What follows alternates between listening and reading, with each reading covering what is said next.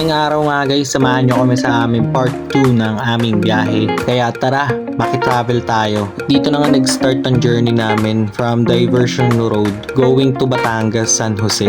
At after nga na mahabang biyahe, traffic kami dito sa San Jose, Batangas. Tingnan mo naman, may papiesta pa si Mayor. Makikikain na sana kami kaso walang nag-book.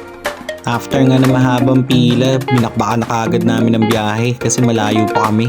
Dito nga may nadaanan ulit kaming diversion road. Siguro may mga 30 minutes din namin binahe tong diversion road. After nga na mahabang biyahe, nakarating na rin kami sa Lobo, Batangas.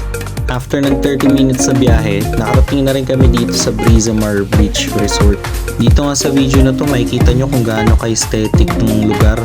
At marami rin sila dito ng affordable rooms na good for 8 packs, 4 packs, 15 packs at buong pamilya kaya rin. At ang kagandahan pa nga sa resort na to, may sarili silang ihawan. Pwede rin kayo magdala ng pagkain, wala pong bayad yung corkage dito. Ang nakuha nga pala naming room ay good for 12 packs. And ang kagandahan pa dito, may sarili kayong mini terrace. Meron din pala sila dito ng affordable pool na good for kids and adults. At ito naman ang kanilang front beach.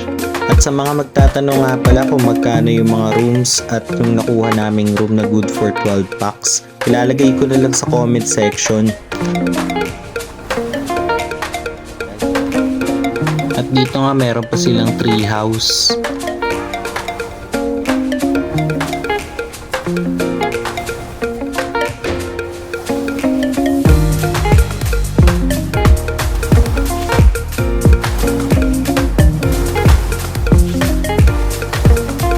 Dito naman ang mga affordable kubo nila kung magda-day tour ka lang.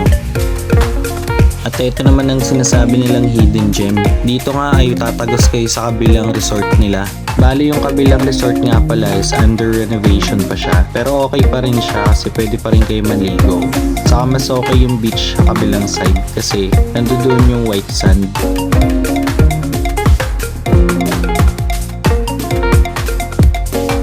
Ito na nga yung kabilang side ng resort. Grabe ang ganda dito guys.